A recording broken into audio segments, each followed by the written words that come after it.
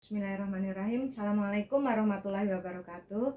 Perkenalkan, saya Bu Wahyu Eko Utami, profesi sebagai PNS, guru matematika di SMA Negeri 1 Waringin Kurung, Kabupaten Serang, Banten.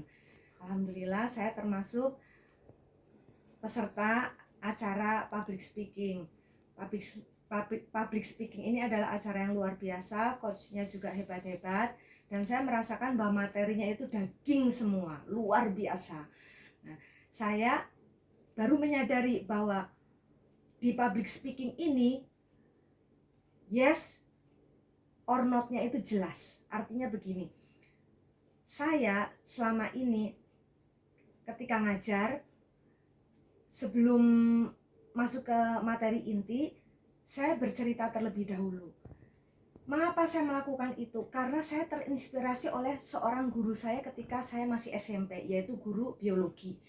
Beliau itu guru yang sangat dirindukan oleh seluruh muridnya. Bahkan saya yang waktu itu masih istilahnya itu kelas 1, 2, 3 gitu ya. Saya masih kelas 1, itu kepingin segera naik kelas 2 karena saya tahu kalau kelas 2 nanti saya akan diajar biologi oleh Bapak A begitu.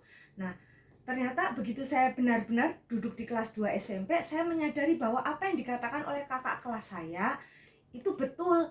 Ternyata beliau itu sebelum mengajar materi inti, beliau itu bercerita terlebih dahulu, dan itu saya terapkan ketika saya mengajar matematika selama ini di kelas. Nah, untuk hal yang itu saja, saya itu baru tahu kalau ternyata ada ilmunya.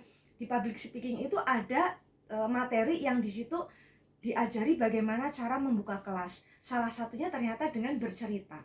Itu untuk mengikat hati, kemudian untuk menarik perhatian audiens. Gitu. Nah, ada kisah menarik yang saya ingin sampaikan. Selama kemarin saya mengikuti acara public speaking ini, di sekolah saya juga ada agenda lomba tata upacara bendera yang diadakan oleh Kabupaten Serang, Dispora Kabupaten Serang. Karena saya sebagai pembina Paskibra, saya setiap hari selalu berada di lapangan bersama siswa-siswa yang sudah terseleksi. Di situ saya memimpin apel. Nah, ketika ada semacam amanat gitu ya, amanat membina apel, saya itu benar-benar berusaha untuk menerapkan apa yang saya dapatkan di materi public speaking ini. Contohnya adalah kisah tentang secangkir kopi yang disampaikan oleh Coach Eli. Itu saya sampaikan juga di lapangan.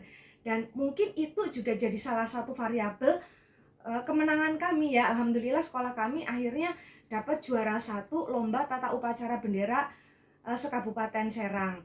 Insya Allah sebentar lagi kami melaju ke provinsi. Doakan ya Coach ya. Nah, itu yang pertama. Ada ya, itu kisah yang ingin saya sampaikan ya, bahwa ternyata dari yang saya ikuti ini, saya itu ada keinginan untuk benar-benar menerapkannya. Dan kedepannya insya Allah saya akan menggunakan ilmu-ilmu ini yang saya dapatkan di public speaking untuk saya terapkan di kelas gitu. Harapan saya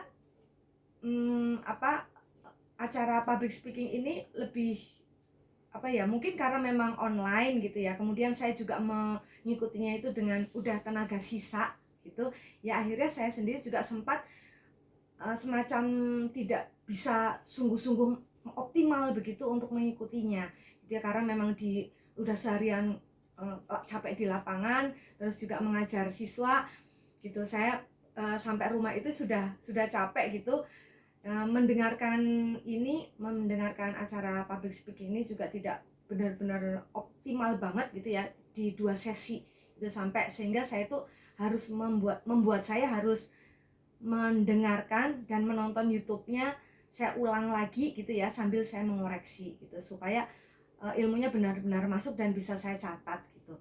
Ya, demikian, mudah-mudahan semua coach sehat, kemudian selalu menginspirasi dan menjadi emas dan bintang bagi Indonesia. Semangat terus menyebarkan kebajikan dan ilmu yang bermanfaat.